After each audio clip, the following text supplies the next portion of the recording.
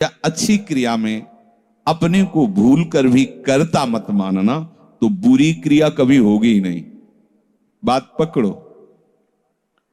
यदि अच्छी क्रियाओं के कर्ताप बनोगे तो बुरी क्रियाओं से बच नहीं सकते। अगर अच्छी क्रियाओं को देख रहे हो कि प्रभु करा रहे, तो बुरी क्रियाओं का संकल्प ही नहीं उदय होगा। अहम गलित हो गया तो अहम में ही तो सारे विकार रहते हैं। हर समय प्रभु के सामने कृतज्ञ रहो। कितनी कृपा, क्या हमसे लेना है आपको, आप तो पूर्ण काम हो, हमें इतना दुलार कर रहे हो। बलिहारी प्रभु, वो बार बार मन उनके चरणों में लौटता रहता है।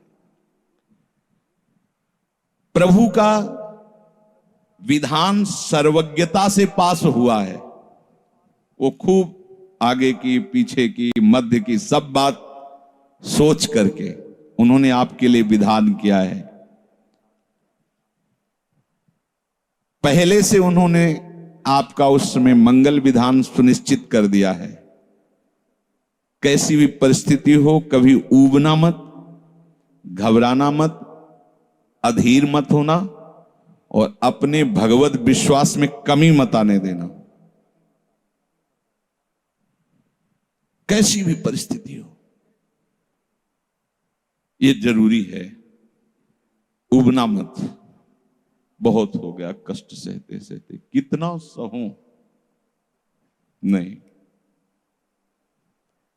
ये अगर ऐसा आ रहा है तो भी आप भगवद आश्रित नहीं हुए। नहीं, ऐसा आ ही नहीं सकता। बड़ा आनंद आता है कष्ट में, बड़ा आनंद आता है। पूरा का पूरा मन, इंद्रियां केवल प्रभु में होती, क्योंकि कष्ट में कोई विषय की इच्छा तो होती नहीं किसी को भी। भारी पीड़ा है तो सब उसी में होती। जिसने अभ्यास किया है भगवत चिंतन का, आश्रय है प्रभु का, तो कष्ट में भाग के कहां जाएगा। उसी में तो एकदम तन्मय हो जाता है मन, इंद्रिया। आज जो आप भागवती का अभ्यास करते हो, तो आपको पूर्वाभ्यास परेशान करता है ना, विषय चिंतन। और जिसने पूर्व में खूब भजन किया है, तो आज विषयों के बीच में भी हो तो उसका भजन कैसे रुक जाएगा। सोचो जरा। आज आप खूब भजन की चेष्टा कर रहे हो, पर पूर्वाभ्यास आपको विघ्न पहुंचा रहा है ना। ऐसे ही यदि आपने भजन का अभ्यास किया, तो वर्तमान में कैसी भी दुखद विषयमयी कैसी भी परिस्थिति हो, वो कैसे रुक जाएगा। जब असद अभ्यास सत अभ्यास के बीच में प्रकट हो रहा है, तो सत अभ्यास असत की सत्ता कैसे रहने देगा। इसीलिए जो भजन परायण जन होते, भारी से भारी विषम परिस्थिति में भी हर समय भजन करना नहीं होता, भजन नृत्य करता है, वो निहाल हो जाता है। सुख किसे कहते तब आप जानेंगे। सुख का परिचय तब आप जानेंगे जब इतना भरोसा हो कि कैसी भी परिस्थिति हो, उबना नहीं, घबराना नहीं, अधीर मत होना, और विश्वास में कमी मत आने देना। कब तक भोगूं, कब तक। ऐसे लोग हैं उद्दंडता करते हैं, पाप करते हैं, उनको बुखार भी नहीं होता। भजन में लगे लोगों को देखो, कितना कष्ट। ये क्या है प्रभु, कम से कम उनका शरीर स्वस्थ रखो तो आपका यश गा रहे भजन। उनका विधान सर्वज्ञता से भरा हुआ है। तुम अल्पज्ञ हो, तुम वर्तमान की बात सोच रहे हो। वो तीनों कालों को देखकर निर्णय करके परिस्थिति दिया, इसलिए मस्त रहो उनके भरोसे पर। कभी कई बार चर्चा की है प्रताप राय जी की। बचपन से भजन परायण थे, ईश्वर संपन्न घर था, भाई बहन सब खूब। कुछ दिनों बाद माता पिता पधार गए, पूरा अधिकार। ऐसे भजन में डूबे रहते कि उनका व्यापार था कि जैसे कोई धन लेने के लिए आया तो उसके लिए कुछ गिरवी रखना होता था, आभूषण आदि, और जितनी आवश्यकता है आप धन ले जाइए। और जब धन मिल जाए तो ब्याज सहित उसमें रख जाना और अपना सामान ले जाना। एक बक्सा रखा रहता था और वो आप माला लिए हर समय भजन करते रहे। बड़े वास्तविक आंतरिक वृत्ति से प्रभु में लगे थे। पर उनकी कुल परंपरा का यह व्यापार था। जैसे सदन जी की कुल परंपरा, तो कुछ गृहस्थ ऐसे महापुरुष जो अपने, भगवान भी कहते पर धर्मो भयावहा सुधर्मो निधनो श्रेया पर धर्मो, वो जो वहां का काजी था उसने देखा कि बिना किसी प्रयत्न के बड़ा आनंद इनके चल रहा है, तो जलन होती, जो भगवत विरोधी जन विमुख जन होते हैं तो जलन होती है। इसको दूसरे रूप में हम कह सकते हैं कि प्रभु अब उनके भजन का फल देना चाहते थे। दोनों बातें, परिणाम जान गए हैं इसलिए हम कह रहे हैं प्रभु उनके भजन का फल देना चाहते थे, और वो वर्तमान से देखो तो वो द्रोही थे, भगवत द्रोही जन। 3 लोगों ने काजी से मिलकर कहा बड़ा सुख लूट रहा है, हम जाके देखा है बढ़िया काम बन जाए। वो देखता भी नहीं कि बक्से में क्या रखा गया। तो कुछ कंकड़ ऐसे झोली में, पहले थैली टाइप की झोली होती, गए प्रणाम किया और कहा हमें 10,000 रुपए की आवश्यकता है, यहां लिखो दस्तखत, तारीख, दिन, और चेक भी नहीं करे। वो इतने विश्वास परायण भक्त थे, अभी तक ऐसा कुछ हुआ भी नहीं था। 10,000 रुपए दे। थोड़ी देर में दूसरा आ गया, थोड़ी देर में तीसरा आ गया, उनको धन था, दे दिया। 2-3 दिन बाद एक आया और 10,000 का ब्याज, 10,000 रुपए उनका, अपनी जहां रखा हो निकाल लीजिए। थैली निकाली और 2500 लोगों को पहले से काजी ने वहां भेज रखा था, सबके सामने डाला। देखो कितना पाखंडी है, हमारी सोने की सब जो आभूषण थे सब हटा के देखो इसमें पत्थर रख दिया। और हो तले दूसरा आ गया, प्रताप राय जी आपसे ये 10,000 रुपए, ये आपका ब्याज का पैसा। उसे अरे हाँ मेरे भी स्वर्ण, तीसरा है। फिर अब तो जितने गांव वाले थे जो श्रद्धा करते थे कि भक्त है, बड़ा उनका सम्मान था, सब उनके मुंह पे निंदा करने लगे। तिलक लगाए बैठे हो, कंठी बांधे हो, नाम जप करते, तुम्हें शर्म नहीं आती? तभी हम लोग सोचते थे कि कुछ करते हो नहीं, इतना माला माल हो रहे हो, ऐसी बेईमानी तुम करते हो। काजी आ गया, उसने कहा तुम रिपोर्ट लिखाओ। रिपोर्ट लिखाई गई, बादशाह के पास रिपोर्ट पहुंचा गई। उन्होंने कहा ऐसे पाखंडी को बंदी बना लिया जाए, सारी संपत्ति जब्त कर ली जाए। प्रताप राय जी ने जब सुन, अवाक, मतलब पत्नी से कहा कि ठाकुर जी की सेवा में बाधा ना पहुंचे, तुम ठाकुर जी को लो, पीछे के मार्ग से निकल जाओ, कुछ भोग सामग्री आभूषण और ठाकुर जी को लेके चले जाओ। पत्नी ने ऐसा किया, साफ एक बर्तन भी नहीं रहने दिया और उनको हथकड़ी डाल करके जेल में पहुंचा दिया। सब लूट लिया, सब नष्ट भ्रष्ट कर दिया। अब आप देखते जाओ। जब वहां पहुंचे तो जो विरोधी जन थे तो उन्होंने कहा कि ठाकुर के बहुत से आभूषण, बड़ी महंगी मूर्ति इनकी ठाकुर की, इनकी पत्नी, उसको तो आपने बंदी नहीं बनाया।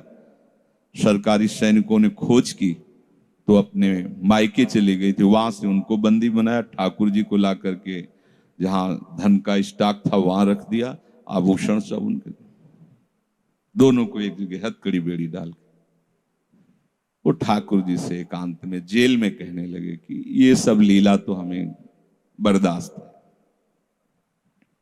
लेकिन आप जो हमारे प्राणनाथ हैं, आपको बंद कर दिया गया, भोग नहीं लगेगा, आरती नहीं होगी, आपको शयन नहीं करे, ये हमसे बर्दाश्त नहीं होता। प्राण हमारे ले लो, हम आपकी सेवा के बिना नहीं रह सकते। मुझे ये जो कुछ किया इस तो बर्दाश्त है, पर आप हमारे पास नहीं, आपकी सेवा नहीं, और जीवन भर कुल परंपरा से आपकी सेवा होती, नाथ ये मुझसे बर्दाश्त नहीं होता।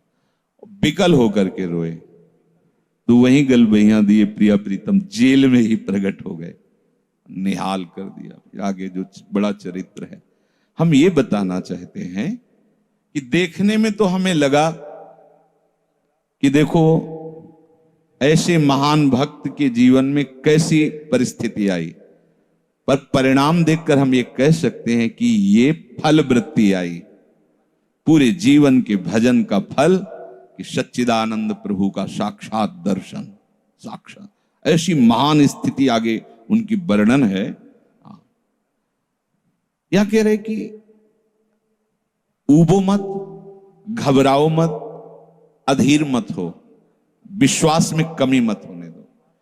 अब प्रभु ने क्या देखा कि इसे ना संपत्ति के हरण का दुख है और ना इसे किसी सम्मान नष्ट का, पूरे जीवन भर सम्मानित रहे, गांव के सब भगत जी हैं, सब मिटिया मेट हो गया, इस बात का कोई दुख नहीं, केवल मेरी सेवा का सुख। आगे चरित्र में आता है फिर उन्होंने जो लीला की कि बादशाह चरणों में झुका, पूरी समाज के सामने उन तीनों ने स्वीकार किया मैंने कपट किया, फिर जय जयकार। ये तो उनके एक मिनट का काम होता है, ये उनका तिनके को ब्रह्मा बना देना, ब्रह्मा को तिनका बना देना, ये उनका तो खिलवाड़ होता है। इसलिए कभी विश्वास कम मत करना, क्योंकि ऐसी परिस्थिति आ सकती है कि आपको लगेगा कि अगर भगवान होता, मान लो वहीं थोड़ा सा नकारात्मक सोच कर ली जाए कि ऐसा क्या, जीवन भर आपसे प्यार करके भजन, इतनी भारी बेइज्जती, ऐसा ऐसा। भक्त अगर ऐसा चिंतन करता है तो शरणागति नहीं, क्योंकि शरणागति में विपरीत चिंतन की जगह नहीं होती, शरणागति में संशय नहीं होता। उसकी कृपा के असंख्य रूप हैं, वो आवश्यकता अनुसार जब जहां जैसे चाहेगी वैसा रूप रख लेगी। और आप शरणागत हैं तो आपके लिए अब कृपा के सिवा कोई दूसरा होगा नहीं। बैठा लिए हृदय में, आप प्रभु के शरणागत हैं, अब आप पर कृपा ही कृपा होगी। पर लिखा हुआ कि कृपा असंख्य रूप धारण कर सकती है, कोई भी रूप उसका हो सकता है। अब आदर करना, अब आपके जीवन में केवल कृपा होगी, शरणागत है पर उसका आदर करना। प्रभु के कृपा में, विधान में जो संदेह कर बैठता है, विरुद्ध चिंतन कर लेता है, तो उसको कृपा छोड़ती नहीं है, उसके लिए कृपा भयानक रूप धारण करती है और घेर करके उसको कृपा सिंधु से मिला देती है।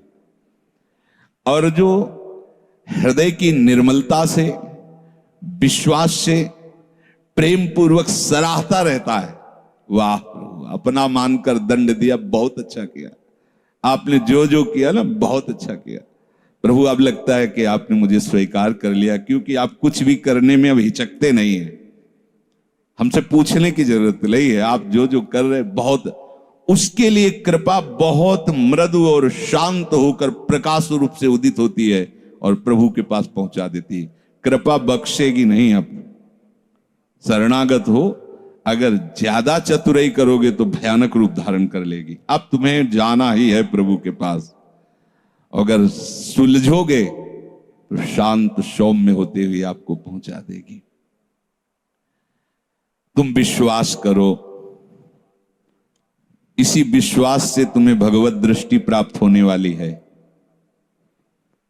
कल हम कुछ उपासकों से बात कर रहे थे कि भैया ऐसा मत समझो कि अमुक समय तक साधना करने पर सिद्धार्थ अवस्था आती, नहीं, अभी समझ ठीक कर लो, अभी सिद्ध हो जाओगे। अभी ये साधना से नहीं होता, ये समझ से होता है।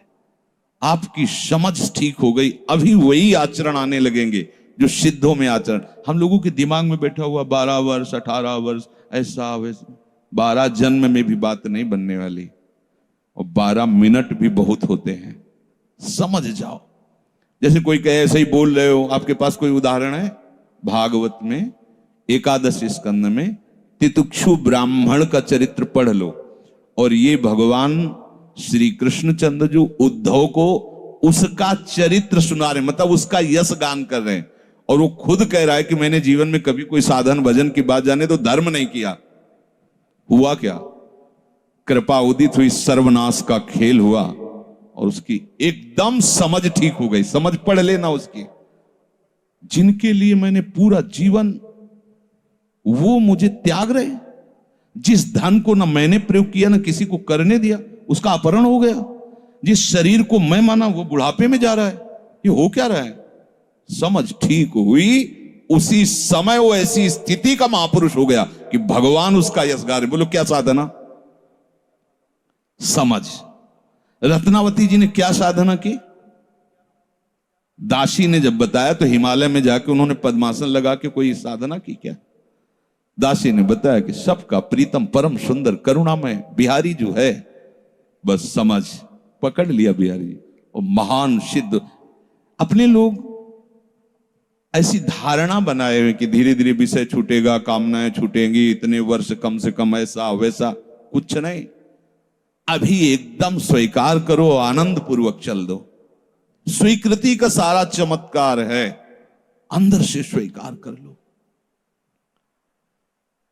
अब तुम्हें ध्यान दीजिए, वही पदार्थ, वही परिस्थिति, वही कार्य प्राप्त होगा जिससे तुम्हारा मंगल होगा। काहे को खोपड़ी लड़ाते हो? कितना आनंद है। वही पदार्थ, जय राधा वल्लभ। जो गीता जी में वर्णन कर रहे थे कि यदि विषय का राग पूर्वक चिंतन किया जाए तो चिंतन मात्र से सर्वनाश हो जाता है, उसी के आगे श्लोक का वर्णन किया कि यदि राग द्वेष रहित होकर विषय का सेवन किया जाए तो हृदय की स्वच्छता, हृदय का प्रसाद, और प्रसादे सर्व दुखा नाम हानिरस्य उपजाति। बात पकड़ो। अब तुम्हें वही पदार्थ, वही क्रिया, वही सानिध्य मिलेगा जिससे तुम्हें मंगल में भगवान के दर्शन की योग्यता प्राप्त होगी। अच्छा बताओ, छोटा सा बच्चा जिसके पंख नहीं निकले वो क्या करेगा? शुद्ध शरणागति का स्वरूप अजात पक्षा इव मातरम खगा। तो आप शुद्ध शरणागति तो बनना चाहते हैं ना? उस बच्चे की योग्यता कितनी है? चे चे करके केवल मां की तरफ देखना, तो राधा राधा बोल के केवल लाडली जी की तरफ देखना। हमारी उस बच्चे पर यदि कोई प्रहार करने के लिए जीव आ रहा है तो माता पिता का कर्तव्य है, उससे तो पंख ही नहीं निकले तो अपना बचाव क्या करेगा? तो काम क्रोध लोभ आदि यदि आप पर आक्रमण कर रहे हैं तो आप बचाव कहां करने लायक हैं? तो आप इधर चे चे करके देखिए, राधा राधा राधा राधा राधा। और सही पूछो, जब ऐसी शरणागति आएगी तो आएंगे ही नहीं। वो भी भगवत प्रेरित आते हैं, भगवत प्रेरित। नहीं, देवर्षि नारद जी के हृदय में कहां काम था? पूरी लीला करके काम हार गया, और जब अहंकार आ गया तो छूट दे दी, तो देख लो क्या हो गया। समझना, बस सारी ये जो परमार्थ का खेल है ये सब समझ का है। आश्रय से जो भगवान कहते हैं कि बुद्धि योगम ददामिते, बस ये बुद्धि योग हो गया कि मस्त हो जाओगे।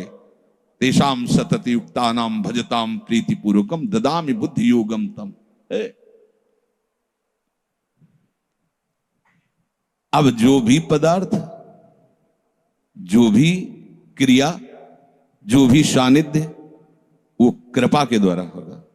अब हमें उसमें न राग करना न द्वेष करना है।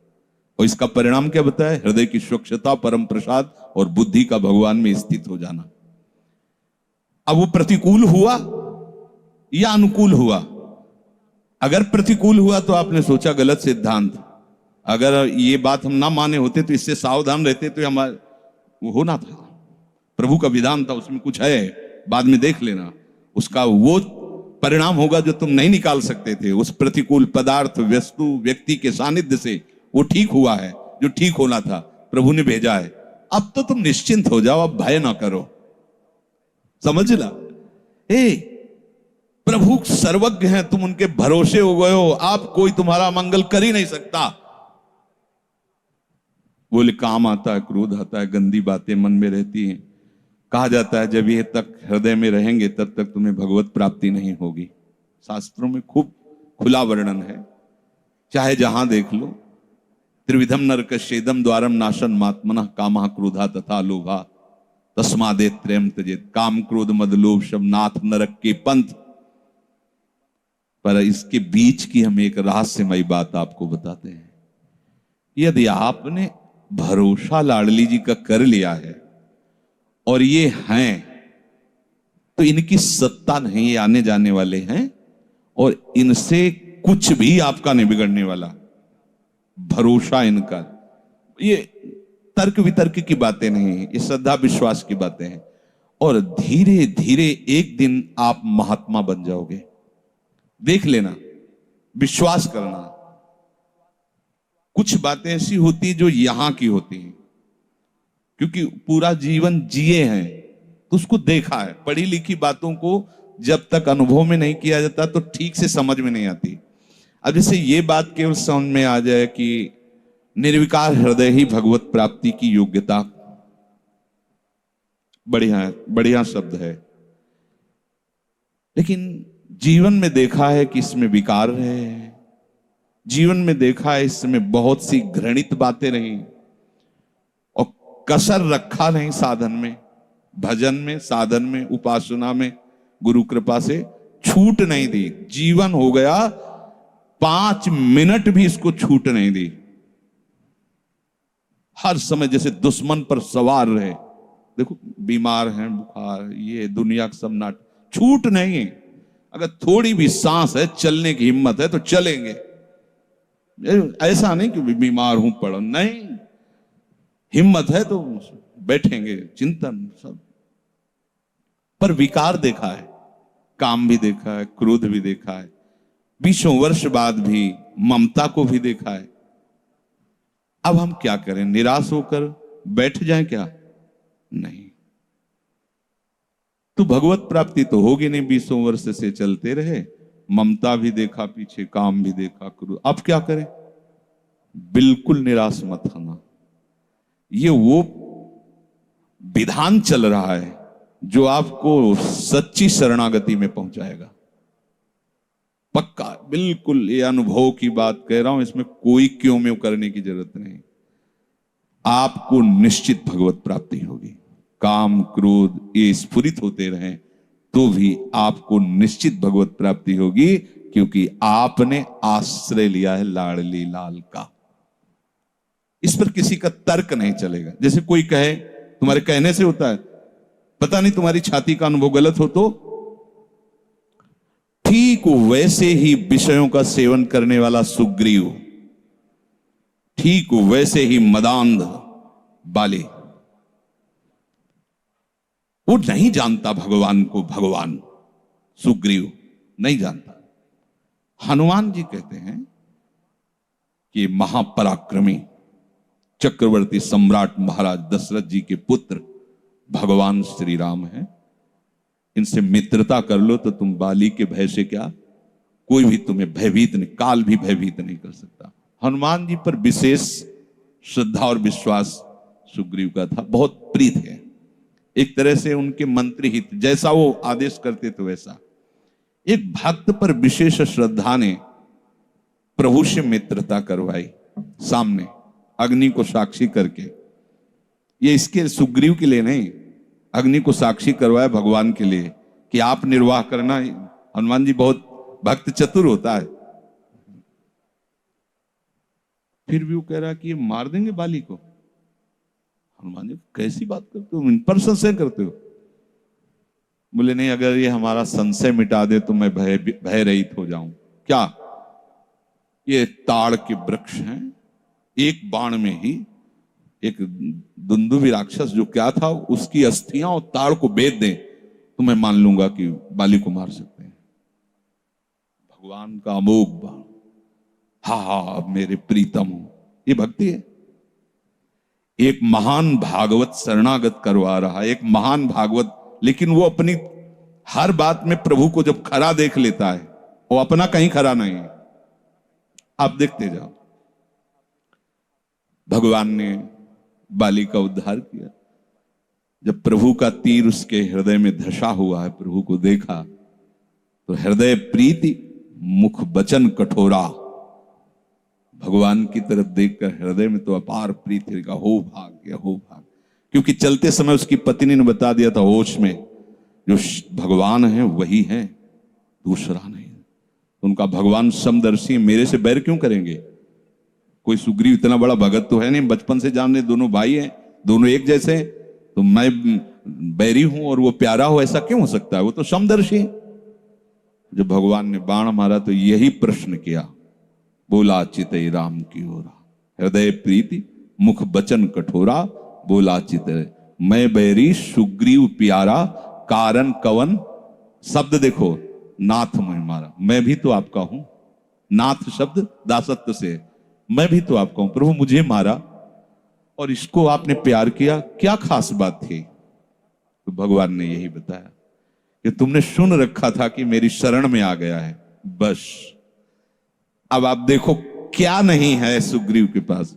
और आगे उसी चरित्र के सर्वज्ञ लेखक गोस्वामी श्री तुलसीदास जी लिखते हैं कि जेहि अग बधेउ व्याध जिम बाली, सोई सुकंठ पुण्य कीन कुचाली। कुचाली शब्द, वही कुचाल की।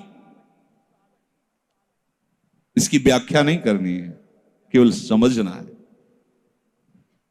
महाभागवत परम वंदनी विभीषण जी, सोई करतूती विभीषण केरी, सपन हो राम न तिंत जन अवगुण प्रभु मान न काऊ, दीन बंधु अति मृदुल स्वभाऊ, रहत न प्रभु चित चूक किए की, करत सुरत सैबार ये की। इसने मुझे अपना माना बस।